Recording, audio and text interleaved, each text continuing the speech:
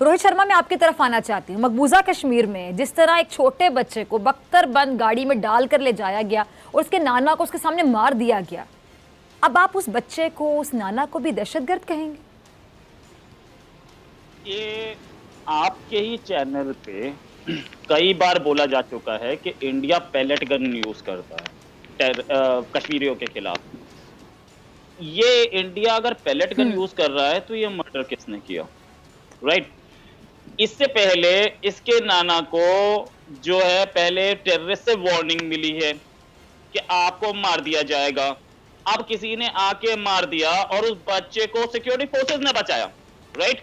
वो तो वीडियो देखा है, वो फोटो देखिए जहां बच्चे को सिक्योरिटी फोर्सेस ने बताया, जहां गोली चल रही थी।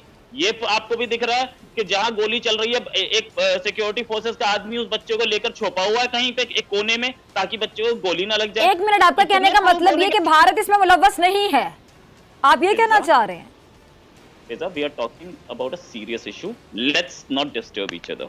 मैंने ये बताया कि देखिए बच्चे को सेव किया उसने, ये वीडियो दिख रही है। राइट। उसके बाद भी आप ये क्लेम कर रहे हैं कि इंडियन फोर्सेस ने किया है। अरे आप इंसान हैं कि क्या हैं? आपको इंसानियत नहीं दिखती है? उसको पहले वार्निंग मिली थी टेररिस्ट की तरफ से, इसके नाना को मार दिया जाएगा, ये आपको नहीं पता है? आपको कौन से अखबार पढ़ते हैं आप? उसको टेररिस्ट ने मारा और इंडियन फोर्सेस ने उस बच्चे को बचाया, उसको उसके नाना को नहीं बचा पाए। इसके लिए हमारे लोग बोल चुके हैं कि भाई हमसे हम कोशिश कर रहे थे बचाने की, नहीं बचा पाए, बच्चे को बचा लिया। ये वीडियो भी, ये फोटोग्राफ भी इंडियन गवर्नमेंट ने दिखाई है सबको। उसके बाद भी आप बोल रहे हैं कि इंडियन आर्मी, इंडियन पुलिस मार रही है। अरे भाई शर्म तो कर लो पाकिस्तानियों, थोड़े तो शर्म होना चाहिए आपके अंदर। आप टेररिज्म पे भी गेम खेल रहे हैं। ब्रिगेडियर हारिस, अच्छा रोहित मैं आपकी तरफ आती हूँ। ब्रिगेडियर हारिस, ये रोहित क्या कहना चाह रहे हैं, जरा आप समझाइए। डॉक्टर फिजा, इंतहा से ज्यादा ये शर्मा साहब ये इंतहाई दैनिक पस्ती में चले गए हैं कि ये पाकिस्तानी को बता रहे हैं आपको, इंडियन को, इंडियन फौज को, इंडियन हुकूमत को, इंडियन नरेंद्र मोदी को शर्म आनी चाहिए जिस तरीके से आप ये बात कर रहे हैं। आप दुनिया को सामने झूठ बोल रहे हैं। आपके सामने, दुनिया के सामने उन्होंने उसे शहीद किया है और बच्चे को सिर्फ तस्वीर दिखाने के लिए आपने एक बिस्कुट दे दिया। आप लोगों के पास तो शर्म और इंसानियत है ही नहीं। आप कैसे ये बात करते हैं? मुझे बड़ा अफसोस है आपसे इस बात करें। ये can you tell this bloody manjan to the world? क्या बात कर रहे हैं आप? आपको दुनिया को नहीं पता? दुनिया के टीवी के ऊपर नहीं देखा क्या किया तो आप दिखाया गया? एंड में एक तस्वीर उतार ली आप लोगों ने, वो भी फैमिली की मर्जी के बगैर। कश्मीरी कैसे रो पीट रहे हैं, कैसे आपको मोर्टाबाद के नारे लगा रहे हैं, आपने देखा नहीं है? आप कैसे ये बात कर रहे हैं कि ये एक कुक स्टोरी है, वो उन्होंने वहां मुजाहिदीन ने मारा। मुजाहिदीन इंडियन फौजियों को मारेंगे। अभी बुरहान वानी वहां पर हजारों की तादाद में पैदा हो गए हैं, वो आपको बताएंगे कि कैसे मारा जाता है। अब आप तैयार रखिए कि फौज आपकी लड़ने के काबिल नहीं है। ये सिर्फ नहत्ते औरतों, बच्चों, बूढ़ों और ये बूढ़े लोगों को मार सकती है। आई थिंक मैं हैरान हूँ कि आपने किस तरीके से कहानी बता के मुझे नहायत अफसोस हुआ है। मेरा ख्याल था बड़े आराम से डिस्कशन करेंगे, लेकिन जो आपने इस वक्त बात की है, मेरे ख्याल में आपको RRC के गुंडों ने आपके हाथ पीछे बांधे हुए हैं और थ्रेट किया। अगर आपने यहाँ पर असलियत इंडिया को दिखाई फौजियों की, तो आपको भी वो छोड़ेंगे नहीं। This is the reason what you have been done and I am highly disappointed. जवाब दे दूं आपको? ठीक है जी। नीरज शर्मा, अच्छा चले नीरज की तरफ जाने से पहले रोहित क्या कहना चाह रहे हैं जी? कहिए। ये बोल रहे हैं इंडिया झूठ बोलता है, तो अजमल कसाब कौन था? पाकिस्तान ने पहले डिनाई किया फिर मान लिया। एक मिनट, आप नहीं बोलेंगे बीच में, जब आप बोल रहे थे मैं चुप था। हाँ, उसके बाद कारगिल में आप ही के लोग, आपका प्रेसिडेंट, आपका आर्मी चीफ, जी जी ठीक, आपका आर्मी चीफ, आप प्राइम मिनिस्टर, आपके सारे लोग, आपकी पूरी गवर्नमेंट बोलती रही कि हमारा नहीं है, मुजाहिदीन है। बाद में आपने उन्हें निशाने पाकिस्तान, सॉरी आर्मी का सबसे बड़ा अवार्ड दिया। आपने मान लिया कि आपके आर्मी के थे। आपकी गवर्नमेंट सिस्टमैटिकली झूठ बोलती है, उसके बाद आप इंडिया पे झूठ बोलने के आरोप लगाते हैं। क्या बात कर रहे हैं ब्रिगेडियर साहब? आपको पता होना चाहिए कि आपकी गवर्नमेंट झूठी है और उसके बाद आप बोल रहे हो इंडिया झूठ बोल रहा है। हम सबके सामने एक मिनट ब्रिगेडियर साहब और अतर मैं आपकी तरफ बल्कि आती हूँ। अतर, जहां तक मुझे याद है अजमल कसाब का तो डोमिसाइल भी भारत ही निकला था, और जिसने वो डोमिसाइल निकाला था उसके साथ फिर क्या हुआ था आपको याद होगा ना? अतर जरा याद करवाइएगा रोहित शर्मा को। फिर मैं नीरज की तरफ आती हूँ। रोहित, मैं आप मुझे जरा एक मिनट ये बोलने दें, फिर मैं आपकी बात सुनता हूँ। अच्छा, इन्होंने ये कहा कि हमें पाकिस्तानियों को शर्म आनी चाहिए, ये झूठ बोलते हैं। मसला ये है कि जो हमारे ये इंडियन दोस्त हैं, इन लोगों की रियलिटी अपनी, इनका वजीर आजम टीवी पे आके कहता है कौन से चाइनीज, हमारे तो मुल्क में कोई चाइनीज आया ही नहीं। इनका जो डिफेंस मिनिस्टर है वो खड़ा होकर कहता है कि हमने 300 पाकिस्तानियों को सर्जिकल स्ट्राइक में मार दिया। ठीक है, तो ये लोग, इन लोगों की अपनी एक रियलिटी है, इनका अपना है। वो झूठ तो ये इस तरह बोलते हैं कि जैसा सवाब हो। भाई आपके प्रधानमंत्री ने कहा कि चाइनीज तो आए नहीं है, और अब मसला, बात तो सुनो, और अतर कहीं पे दरख्त गिर गया तो कहते तैयारा ही गिर गया, तैयारा गिर गया। दूसरा ये है कि इन्होंने, वो अब ये कह रहे हैं कि हमने चाइनीज के खिलाफ डिजिटल स्ट्राइक कर दी है और हमने टिकटॉक जो है वो बैन कर दी है। टिकटॉक के ऊपर जो इंडियन नाश्ते थे वो तो इन्होंने बैन कर दिया, लेकिन इनके जो फौजियों को सरहद के ऊपर चाइनीज फौजी नचवा रहे हैं उसका आप क्या करेंगे?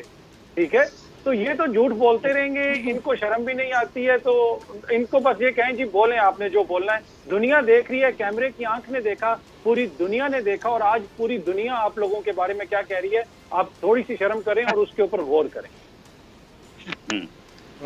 जी नीरज शर्मा साहब, मेरे ख्याल से मेरे सवाल पूछने की जरूरत नहीं शर्मा साहब। नहीं, बिल्कुल नहीं, मैं आपके सवाल को समझ रहा हूं और आपको जवाब देना चाहता हूं। शुरुआत आपके शब्दों से ही करते हैं, जो आप कश्मीर की परिभाषा दे रही थी। 2 लाइन मुझसे भी सुन लीजिए। जहां आतंकी पलते हैं वो पाकिस्तान ऑक्युपाइड कश्मीर कहलाता है। जहां मासूमों पर जुल्म होता है वो पाकिस्तान ऑक्युपाइड कश्मीर कहलाता है। जहां सेना की सरकार रहती है वो पाकिस्तान ऑक्युपाइड कश्मीर है। जहां गुर्बत और बेरोजगारी है वो पाकिस्तान ऑक्युपाइड कश्मीर है। जहां इंसान मरने के लिए जन्म लेते हैं वो पाकिस्तान ऑक्युपाइड कश्मीर है, और इसे पाकिस्तान ऑक्युपाइड कश्मीर कहते हैं। आपने सवाल पूछा उस बच्चे के बारे में, शायद आप भूल गई, वहां पर एक इंसान की डेथ नहीं हुई, 2 की हुई थी, जिसमें एक सीआरपीएफ का एक कांस्टेबल भी था और एक वो जिसका आपने जिक्र किया, वो शख्स जो कश्मीरी था, जो अपने बच्चे के साथ जा रहा था। अब आप आरोप लगा रही हैं कि इंडियन आर्मी के लोगों ने ही उसको मारा। भाई ये कैसे हो सकता है कि इंडियन आर्मी के लोग अपने ही सेना के, अपने ही सिपाही को भी मारे और उस कश्मीरी को भी मारे? स्वाभाविक है कि वहां पर आतंकियों से एनकाउंटर हो रहा था। चूंकि आतंकी आजकल जो पाक परस्त आतंकी हैं, जिनको पाकिस्तान से पैसा मिलता है, जिसको आईएसआई फंडिंग करती है, जिसको कर्नल बाजवा की तरफ से इशारा दिया जाता है, वैसे लोग वहां आतंक बरसा रहे हैं, और उस आतंक का शिकार हुआ वो कश्मीरी शख्स। और जिस बच्चे की आप बात कर रहे हैं, उस बच्चे को इंडियन आर्मी ने बचाया, उस बच्चे को सुरक्षा बलों ने बचाया। ये आपको सनद रहना चाहिए, ये आपको पता होना चाहिए। प्रोपेगेंडा फैला सकती है, लेकिन सत्य परेशान होता है, पराजित नहीं होता है। इस बात को आपको समझना होगा। Truth always prevail.